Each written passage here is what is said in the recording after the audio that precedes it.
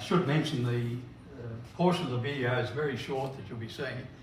I've got it on DVDs. We got some copies out the back there for sale, as well as a couple of our publications. It's a classic record of trams in Sydney in particular, and a little bit in Newcastle.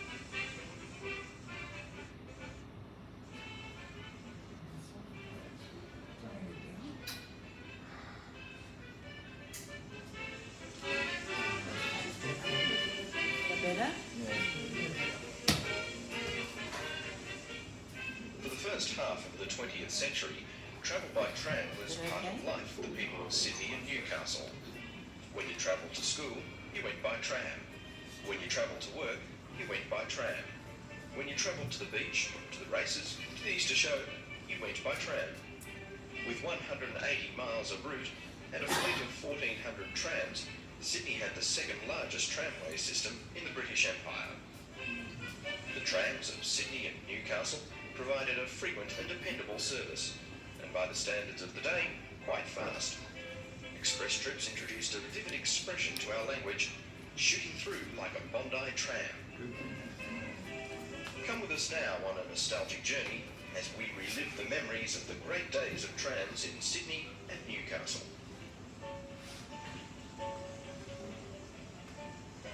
Sydney's first tram was this horse tram, which ran in Pitt Street from 1861 to 1866. Steam trams came to Sydney in 1879, marking the beginning of the permanent network. The first trailer cars were double-deckers like this replica. Cable trams started in 1886, running from Milson's Point to Ridge Street, North Sydney, and later from the city to Edgecliff. Electric trams were used experimentally between Waverley and Randwick in 1890, followed by permanent installations in the 1890s between North Sydney and Mossman and from Edgecliff to Rose Bay.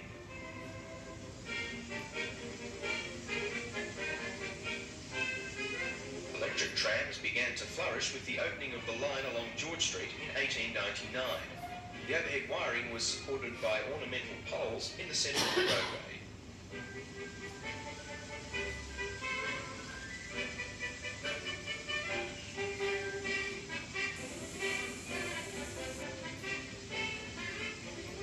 The tramway department had two experimental double-deck electric trams, and in 1907 this film was taken from the front of one of these trams travelling southwards along George Street. Watch the daredevil cyclist at lower left.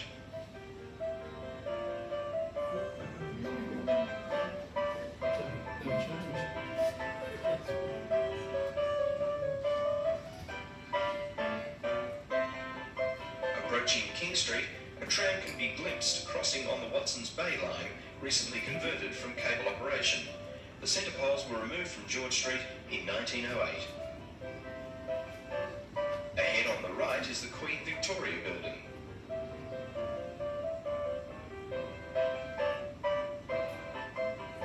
Rapid growth in traffic led to extension of the electric tramway system to other streets. This is Pitt Street, also taken in 1907.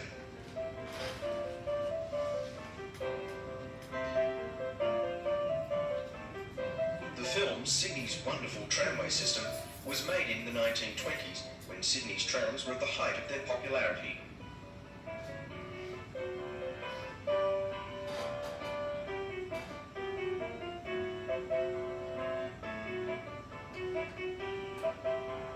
Ferries crowd the wharves at Circular Quay, and passengers in their hundreds swarm across the road to board trams for the ride uptown.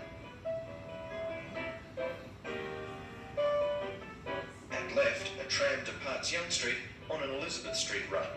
At top left, a tram swings out of Loftus Street, ready to begin the journey up Pitt Street. In the centre, trams are heading along tracks which lead to George Street.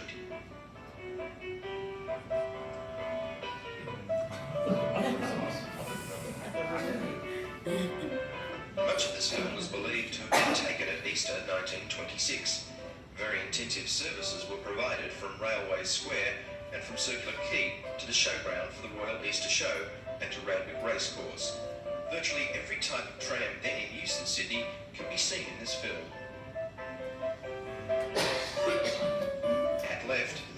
frilly dresses climb aboard a coupled set of O-class trams.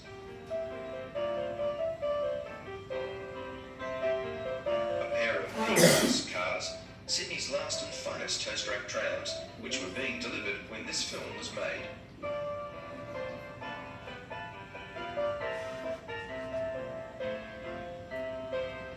The waiting shed in the centre of Railway Square, with signal box on top, has been preserved at the Tramway Museum at Loftus.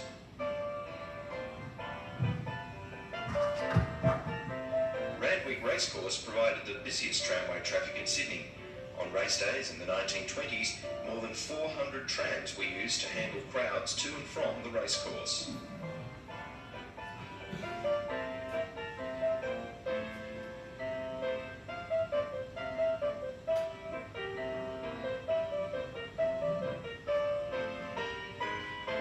This huge fleet of trams was needed to clear crowds such as these after the last race.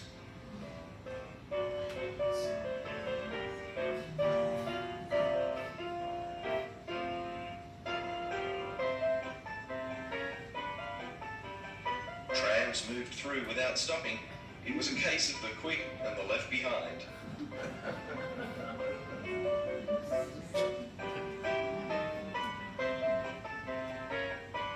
The elaborate station at the racecourse had 6 platforms and was similar in scale to a substantial railway station.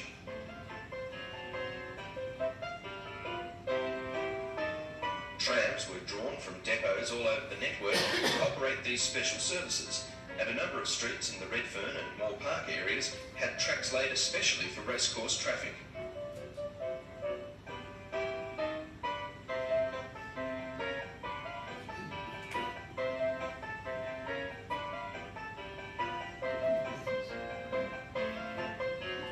At the corner of Anzac Parade and Dacey Avenue, a succession of trams heads back from Randwick. Between the racecourse and Cleveland Street, a third track, visible here at bottom right, was provided on the western side of Anzac Parade. The Royal Easter Show provided another big job for the tramways. A pair of LP-class trams arrives at the showground. The LPs were entering service in the 1920s as rebuilds of L-class cars. A coupled set of O-class cars unloads.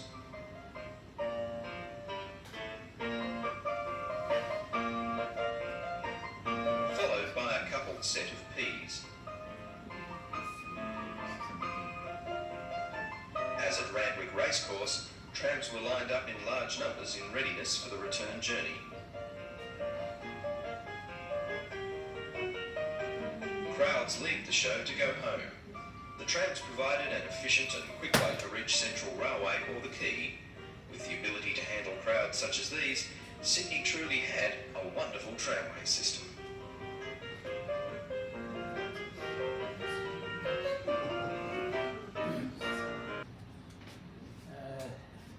1861 was when the horse tram service started. That's the corner of Hunter Street and Pitt Street. The steam tram service started in 1879 in conjunction with the International Exhibition that was held in the Botanical Gardens just off Macquarie Street, not far from where the State Library is now. Just interrupting, that's in the Botanical Gardens. Yeah. So that's why the steam tram was put in, because it was along the railway station at that time, was further back than it is now. It was about where Redford is, so there was a fair distance for them to go. And the tram line was laid along Elizabeth Street, originally just to Hunter Street, to Bridge Street, and so it was almost where the exhibition was, just a short walk up to the exhibition. And of course that exhibition set the precedent for the establishment ultimately of the Sydney Technological Museum, which became the Museum of Applied Arts and Sciences, today known amongst other names as the Powerhouse Museum. And the beam engine, which forms part of the Powerhouse Museum collection. That goes right back to 1879. Now the steam trams, that was the original style of steam tram, but they found the double deckers were too slow loading, so it wasn't long before they took the top deck off and only had single decker ones. But the toast rack style, the crossbench seating, was right from that start, right from the beginning. The idea being that you had large people getting off, a large number of people getting off the train at Devonshire Street and boarding the tram, so they needed to get on and off quickly. So the toast rack style, seats going right across from one side to the other, was adopted very early. And of course the conductor had to collect the fares from the footboard on the outside, which was a great job if you had a nice day, but not so good when it was raining.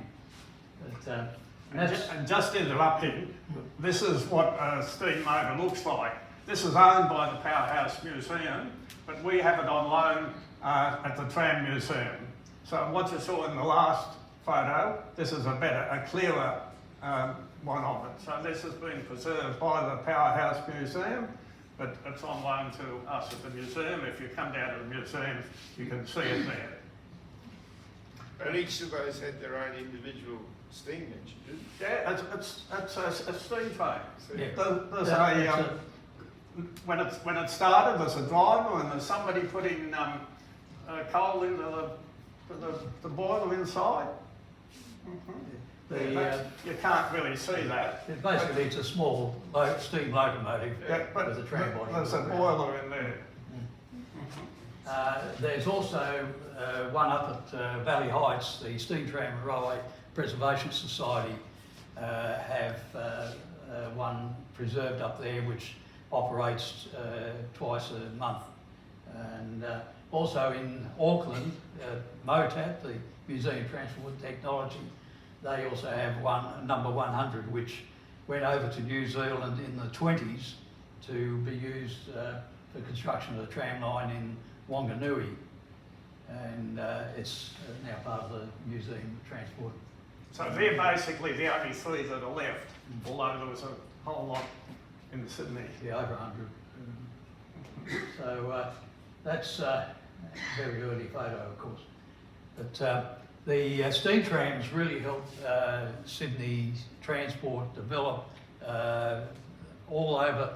After the initial line to the International Exhibition, tram lines were built along Oxford Street to Woollahra and also along Flinders Street and alongside Allison Road to Randwick Racecourse.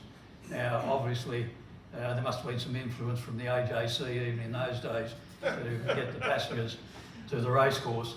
But it wasn't long before they extended the tram lines further out to Bondi along Oxford Street and down to Coogee beyond the Randwick Racecourse. And then other lines were built through the Newtown area to the inner southwestern suburbs, Peterston and St Peters, and ultimately Dulwich Hill and Marrickville, and also along George Street and Parramatta Road to Leichhardt, Annandale, Balmain, ultimately Abbotsford, and also up Glebe Point Road to Glebe Point. Other lines, of course, were built as well. And then we had the cable trams, which started running in 1886. The original one was from Milson's Point, where the northern pylons of the Harbour Bridge are. The line was built up along Alfred Street and Miller Street to Rid Street, North Sydney. The cable tram was put into service because the hills weren't quite suitable for the steam trams. And the second line was then built from the city along King Street through King's Cross and Rushcutters Bay to Edgecliff for the same reason. The cable trams were basically same style as the ones that still run these days in San Francisco, which of course is an international icon there in the USA. And basically how the cable trams worked, they had a continuous rope which was operated through a winding machine and went along in a little tunnel under the roadway. Between the two rails there was a slot in the road, and the driver of the cable tram had a couple of big levers. One of them was to latch onto the rope, which would pull the tram forward at a fast 12 miles an hour. And when he had to stop the tram to let passengers on or off, he just let the rope go, pulled the other big lever, which was the brake, and that brought the tram to a stop. Very basic, but it did the job Very well. That's a cable train. Yeah, the classic cable tram. The front tram, where the grip man was in the middle, between the seats, and plenty of fresh air there.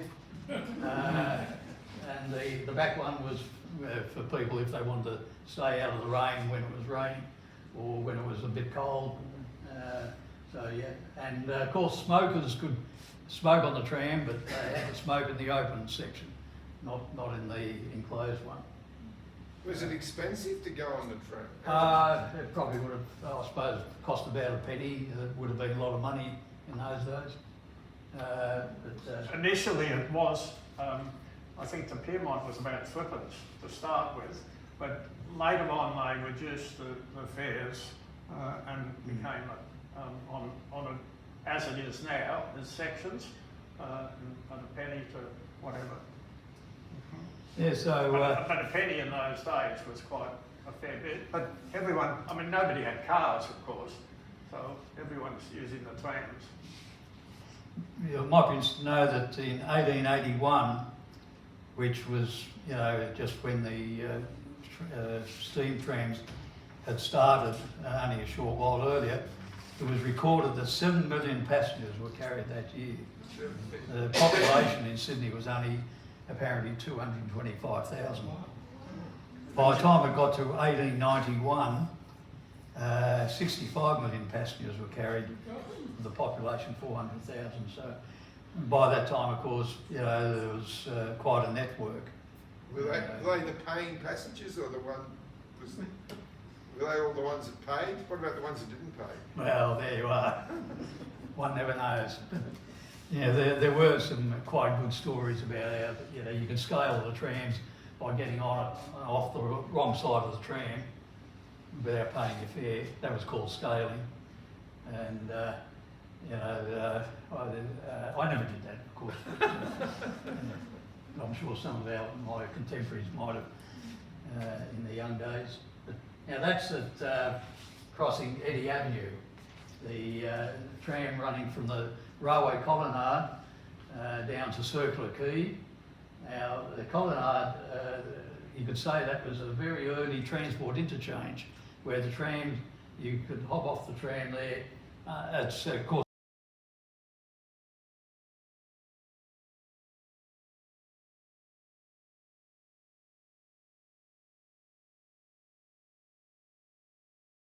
just still there, you know, above Eddy Avenue, and just a short walk to get straight onto the country trains, and the suburban trains as they were in those days. And why I put that one up is they were the first trams that came to Piedmont.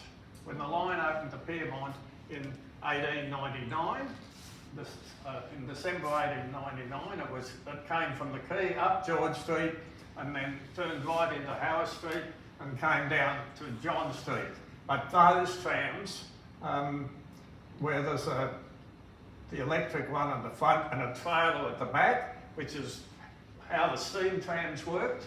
So the steam tram had the engine and one or two trailers, and so when they went electric, they had the same format. And that's what originally came to Piedmont. It's also going the other way to what it does now. Yeah, because Castlereagh Street was northbound trams and Pitt Street was the southbound. And so, even right in those early days, there was one way on those streets, although I think road traffic did operate both ways, but not the trams. But that's, quite an interesting little photo there. When, at Piedmont, when they got to the end of the line here at Harris Street, they originally would go into John Street and then Actually, I've got one of those. Oh, have you? Right, I've got good. one. Where's it? We'll just, Anyway, I'll keep talking. yeah, while keep talking. John's looking. By 1901, there was 90 million passengers carried that year, with a population of 500,000. 1906, Just which one is question. When do they go from steam to electric? during the late 1800s.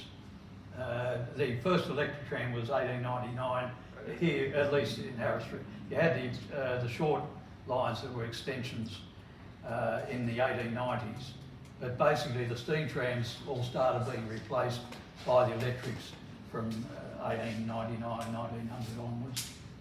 And the central railway station, as we know it today, is Eddy Avenue. That opened in 1906.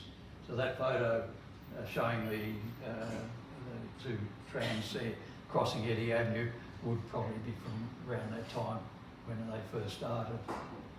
So they did it gradually, basically. The Piedmont line and the George Street was the first electric line in the city. There were two others, one to Rose Bay and one at North Sydney, which predated it. And before that, actually, they put a line up between Randwick and Bondi Junction as an experiment. So they constructed 3 trams, which ran between those in that line as an experiment. And it was done there because Randwick workshops were, the main workshops were at Randwick, more or less opposite the racecourse. It's now a TAFE, a huge big place, but there was acres there, and that's why that was there. So they put an electric line up. It was opened as a steam line, and they just ran a few trams, electric trams, amongst the steam ones, and then they pulled the overhead down, and then went to North Sydney, and which in the Edgecliff line was on the end of, so you've got a cable tram out to Edgecliff, and then you change to an electric tram. So they were the first ones. Well, it was an easy decision to go from steam to electric. The technology. Were people protesting saying, No, keep our steam? Not really. They The weren't. technology was so new, it was exciting for a lot of people. But mind you though, I did read actually when they were building the line out here along Harris Street, there were concerns about disruption for local businesses. Sounds familiar, doesn't it? Anyway, that's of course the Terminus Hotel, which is still there and looks. And because those trams had trailers, you can see on this here, the line was a triangle. So this goes up towards the school. This is John Street. Goes up towards the school. It is to go up there and then back down, because the hill comes down here and then comes back to turn them round. That was as it was when it was built. Later on in 1914, I think it was, by then they had different sorts of trams and they took that triangle out. They were bigger trams and they didn't need the little trailers behind them. Might be interesting to know that by 1911, 218 million passengers were carried that year. Population was 630,000. By that time, the high capacity trams had been built in Sydney, and they were 80-seaters, could sit 5 in each seat, in each compartment, 8 compartments, and you had smokers in the 2 compartments at each end, open seating, but they had canvas blinds you could pull down to keep the rain out and the draft in winter time. And then the 4 compartments in the centre section were for non-smokers, and they had sliding doors, and that was more for the ladies to travel in. I think the blokes would travel on the open section, as especially if they were having smokers and all that sort of thing. But it was great fun, of course, for kids to be able to sit on the open seats there I once knew somebody who apparently, you know, when she travelled on the tram, she wasn't feeling very well sometimes because of the motion of the tram, sitting in the open seating. But it was all part of travel in those days. They lose many people? Sorry? They lose many people? 400 trams? A few did. They lost a few conductors. I mean, this is a tram turning from Broadway into Howard Street. So this is Howard Street going to Piermont. But this is the type of tram that was very common in Sydney. This is a P class, very advanced for its time. Came in about 1923. Has automatic acceleration, automatic coupling, or very advanced coupling. They operated, they've got their multiple unit. Multiple unit is where the driver controls the brakes and the motors in the carriage that it's pulling.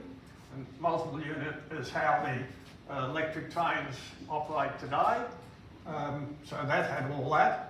And as you can see, this is where the conductor collected the fares, walked along the side here. He'd be on the other side there. He's on the other side. He's always on the left. Policeman on point duty there. Was that Australian technology, or was that British technology? Where did it come from? It was in various parts of the world, but Sydney was the most notable for having that style of tram. The footboard tram, Yeah, not the the footboard. multiple unit. I can't answer that. The multiple unit style that became quite common overseas in a lot of places, but Sydney was most notable as far as having that style of A football operation, almost like a little train. And but normally only two of them, never more than two. And the funny thing, of course, is now that with our new trams that we've got running, they run them in pairs, but that's to save on labour costs, I think, my view anyway. I mean, just talking about labour costs, one of the reasons why the steam trams were replaced was the labour, because they needed two men in the engine and then a conductor on each tram. So there's 4 people if they had 2, and sometimes they had 3 and 4 carriages on the back of them. So they moved, and it was much more efficient to have an electric tram, which only has one driver, and a coupled set like that has 2 conductors, so there's one on each to collect the fares. Was it unionised in those days? Oh, yes. Very much so. Yeah. 1917, there was a tramway strike, and it lasted for quite a while. In fact, it spread to, I think, to the railway operations as well, because the tramways in those early days were a division of the railways. Yeah, so the railway department owned the tramways for quite some time until a separate department was created. Now that's a classic shot there. Okay. Circular key. The tram, this one in the front here turning into Young Street, I think it is. So the AMP building is just here, and the wharves are over there. Manly Wharf, of course, over there, or the wharf for the Manly ferries. George Street Services, the ones running along there.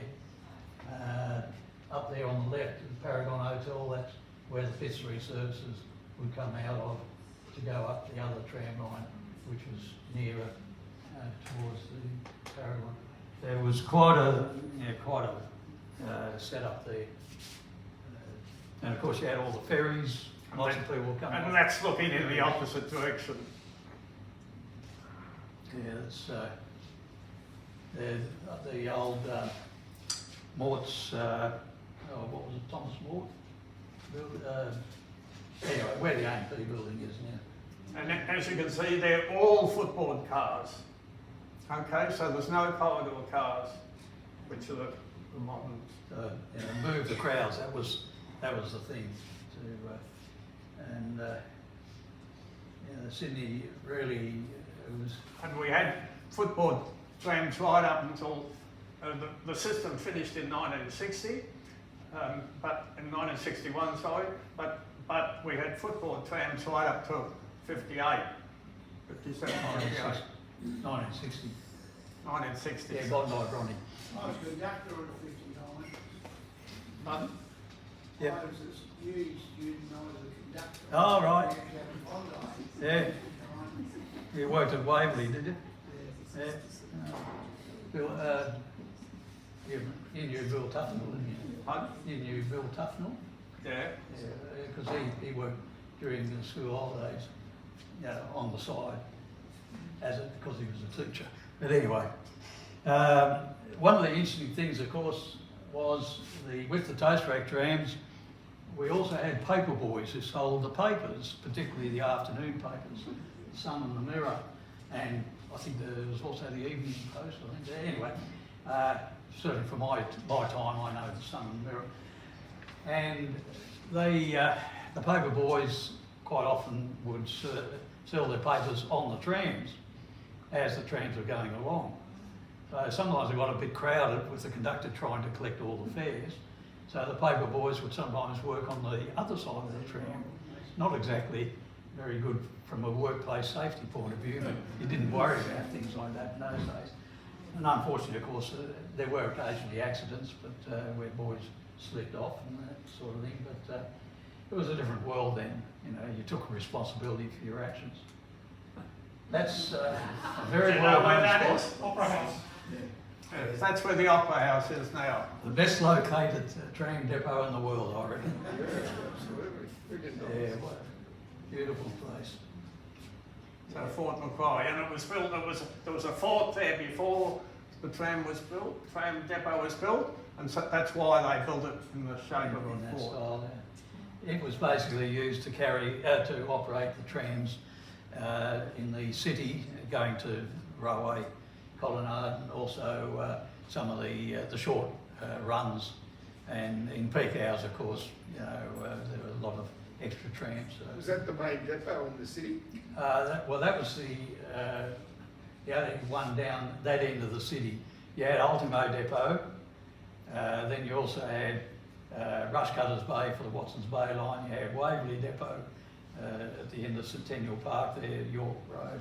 You had Downing Street Depot there near where Resch's Brewery used to be, where the Super Centre is now. You had Tempe Depot, Newtown Depot alongside the railway station, Roselle Depot near Glebe, Harold Park there.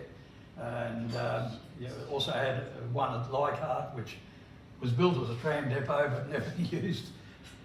It was used to store trams and then became the bus workshops in later years, and that's where the bus museum is now. And you also had North Sydney tram depot over there near Neutral Bay Junction.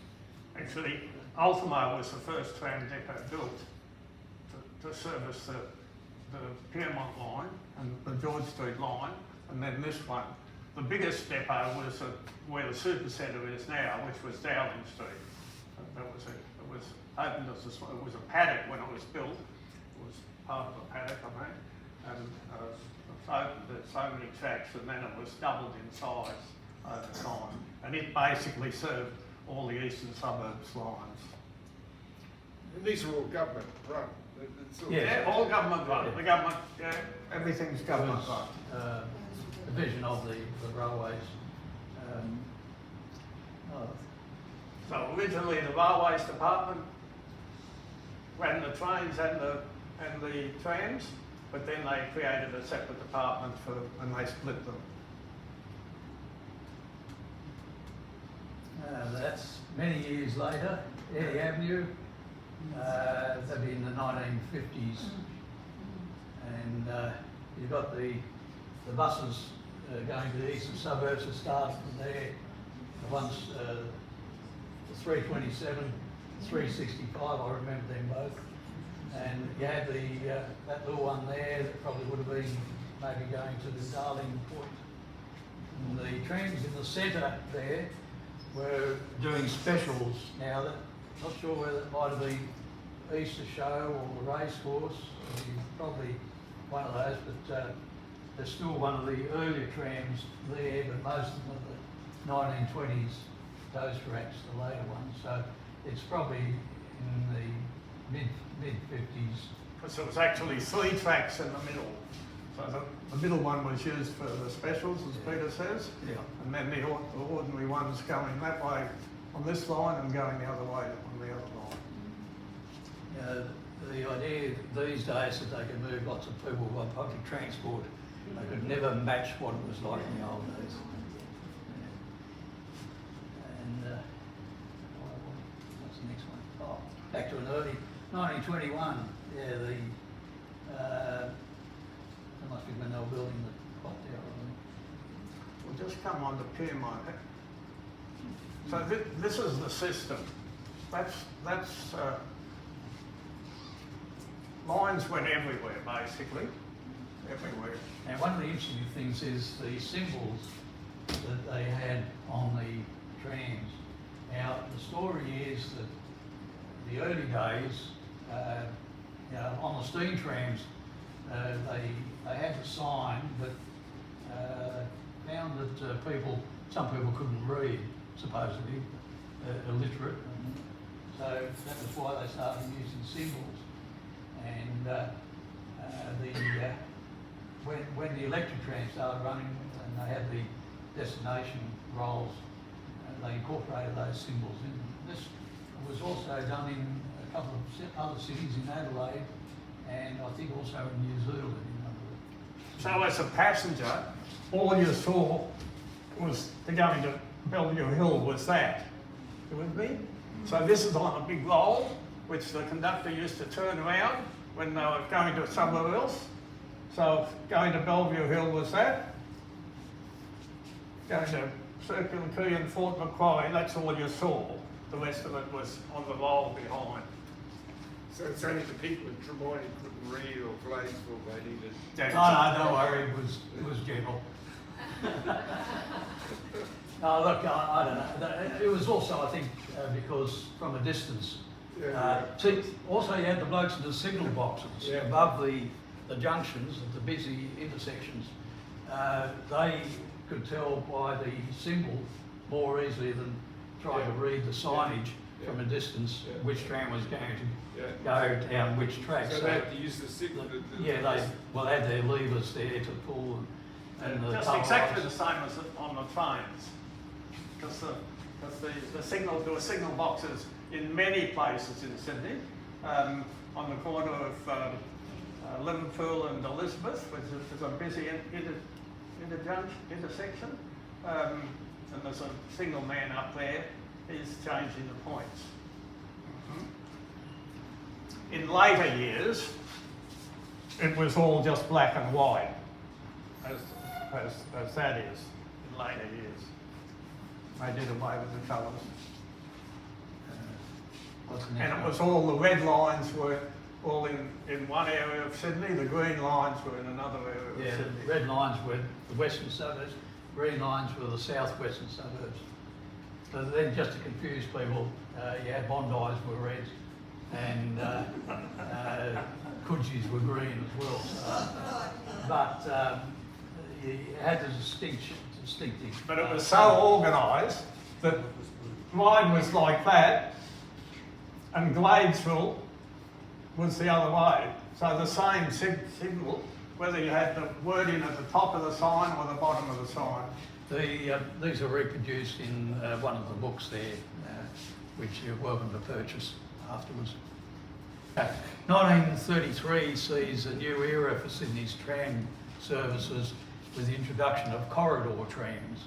Now these were modern ones and they were first put into service on, of all places, the Watsons Bay line. And of course, passengers on the other lines were quite envious that the Silvertails were getting the nice luxury trams. Padded seating inside, the corridor, so the conductor wasn't on the footboard on the outside. But one of the reasons they put them into service on that line, on the Watsons Bay line, was because the trams replaced the four-wheel little toast rack trams, which also had the nickname jumping jacks. Now, they got the nickname jumping jacks because they only had four wheels underneath, fairly close together to get round the sharp curves. And so there was a fair bit of overhang at the front and the back. So as they were travelling along, they tended to jump and sway a little bit. So that's how they got the nickname Jumping Jacks. They, on the Watson Bay line, normally they ran in single trams, but they could run also as coupled sets, which they did on, and also there were others which were permanently coupled, which really made the jumping jack feel quite noticeable. When you consider the modern trams today, the bendy trams, as they nicknamed, or articulated trams, this design that we had in Sydney goes back to 1902. So a modern bendy tram is only a next generation after the ones we had in Sydney in the early 1900s. So, you know, we were really ahead of things in many ways. It's a bit of exaggeration, but that's a fact. Anyway. So that's Harris Street looking north in 1955 and some workmen at the end there. Now originally the Piermont line, when it was built, had poles in the middle. So there were poles up the middle to hold the overhead. But that was taken down some years later because the wider trams, the corridor trams that Peter's been talking about, were wider. And so they had to get rid of the poles so that they then put poles on the side of the street where the street light is. In fact, you can't see the overhead there. In fact, they're probably taking up, that photograph is probably men taking the tracks out. Yeah, that's 1955 after the trams had finished. The trams finished in Piermont in 1953. But the gauge of the rails, 4 foot 8.5. they're all standard. Standard gauge. One of the interesting things that you can see, especially in this photo, the vehicles. Yeah, it's interesting that when you don't look necessarily for the trams, look at all the other things in the picture. There's, you know, the classic standard Vanguard car there. I think that's an Armstrong Siddeley, if I'm not mistaken. Or it could be Riley. There's another Vanguard over the other side. That looks like it might be an old Brio or something. Anyway, the old photos, when you start delving into them, there's a lot of interesting history there to see. Now here's an interesting photo. Oops, Oh, going the wrong way, this way. Now do you know St Bartholomew Church? You all know where that is? Yeah. Or where it was? Where it is. Where it is. Okay, so this is the corner of Howard Street and John Street. And that is actually, my unit block is built where that church is now. I'm up in Point Street. Now why I put this photo in is because of this. You see that there? Tram line. That's the tram line coming out of Howard Street and going into John Street, and unfortunately I couldn't find a photo of a tram in John Street. So this is after they've taken out that triangle that we had on that map before. So originally the trams went up John Street. They came out of Harris and came up John Street and then rolled back to turn round. But later on when the football trams came in. See that pole there, the steel one, that's one of the old streetlight poles from the days of the Sydney Municipal Council Electricity Department. We've got one of those, at least one down there at the museum. And the other pole would be holding their Yeah. overhead up. Normal timber. Okay, yeah. Now we don't have any other photos Oh, right. of Piermont, but go on. Oh, later. I'll just, We'll just talk. put the, How much more time we got? You've got about 5 minutes. Right, okay. we'll just put this one up. We'll just put this up. We'll put the words up. Where's the, I don't know. Oh, that now, yeah, that's another Railway one of the Square? Railway Square. there's a few trams there. And that's what it regularly like. So these are coming, I mean, this is going to Clovelly, I can see. These are coming to go down Eddie Avenue. Yeah, Can you talk a little bit in the 5 minutes why the trams went away? Was it the traffic? Was it the traffic? Was it the cost? well, it was a combination of things. Look, it was a trend in the English-speaking world, in particular, in the 1920s even, trams were getting congested, causing congestion, supposedly.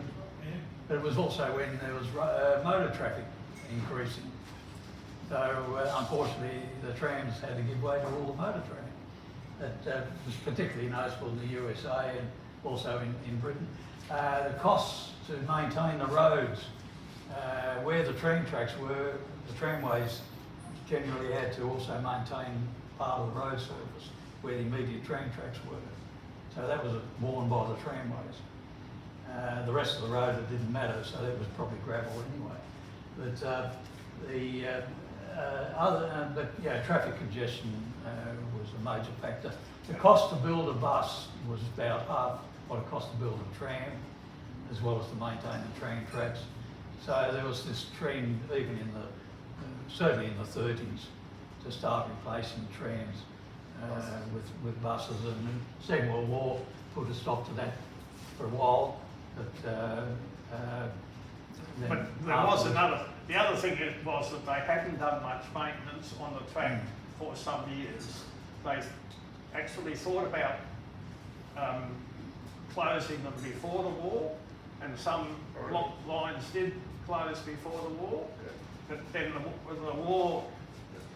the Second World War basically extended their life because there was petrol rationing and all that sort of thing. So the trams came back into vogue. So there was not much maintenance done on the track, and the expense of doing all that was just horrific.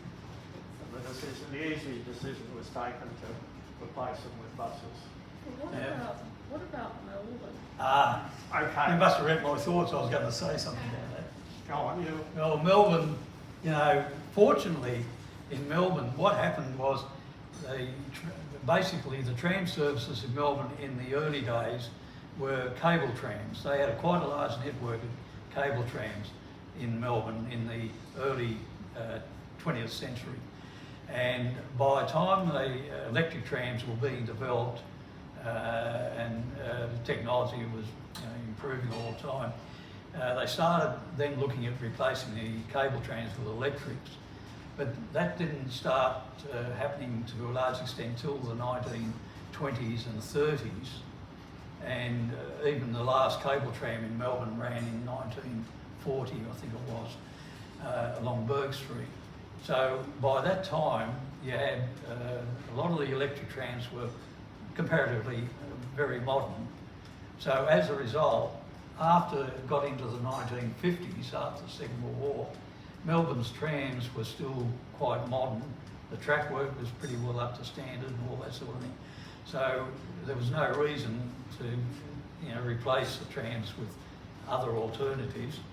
And also the other thing was Melbourne's tramway network generally, except certain lines like in Prahran and I think Carlton, Collingwood, most of the lines there was plenty of space where the trams ran, particularly when you see St Kilda Road and some of the other roads there. So there wasn't so much traffic congestion. And also you had people running the tramways who were transport engineers. It wasn't a government department, it was independent of the Victorian government. It was a tramways board. And so you had this business about having the right people running the tram service who knew what they were doing. And just interrupting Peter, in fact that's one of the main things that it was kept, was because it was run by a board, nothing to do with the government. And the chairman of the board particularly said, we're going to keep them. And whereas in Sydney it was all a government department, which was bureaucracy, but in Melbourne it was all separate to the government. And that's one of the main, all the other things Peter's was part of it, but they sort of said we're keeping them. And you might be interested to know that today, apparently the Melbourne tram network is one of the largest ones in the world. They've extended quite a few of the tram lines over the years, and it's world renowned now. And they still got modern trams. They've got lots of bendy trams. Unfortunately, they don't use any of the vintage trams because of political considerations. But anyway, it is one of the biggest networks in the world. Have we got questions? The tram, you know, you were saying about the corridor trams. Are they What's that? the FM trams? FM series? Oh, you're talking about Brisbane.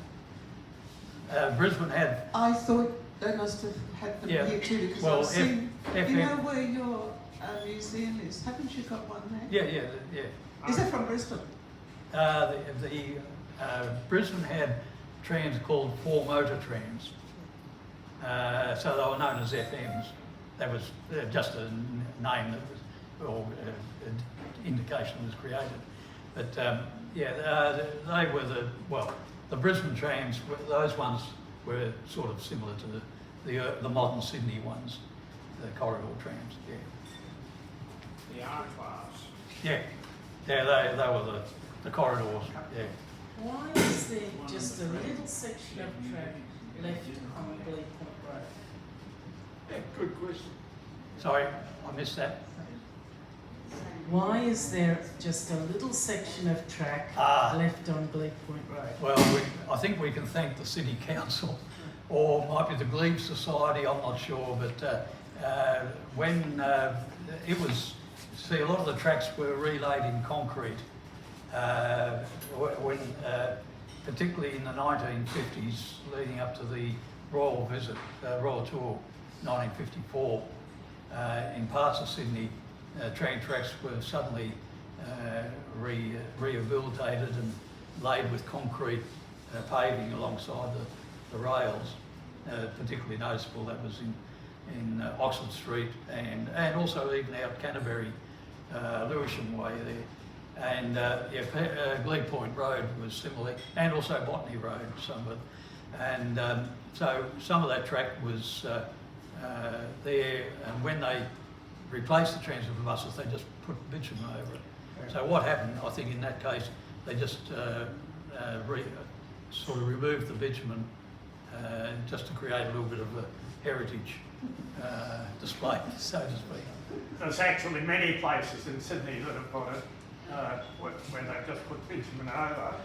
Just very recently, or when the new light rail was put on out to the university in Kingsford, when they were digging up Anzac Parade, they found all this rail under there, which they then gave to the Sydney Tramway Museum.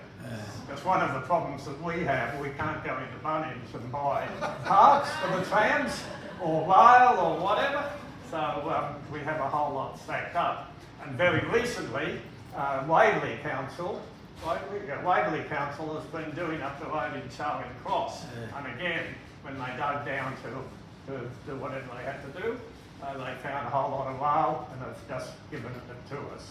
There was in Bondi Junction now, where the mall is, where the trams used to go, when they were doing the mall, when the council was doing the mall up, they put plate lines up. So there were metal things down the middle of the mall in Bondi Junction that looked like tram lines.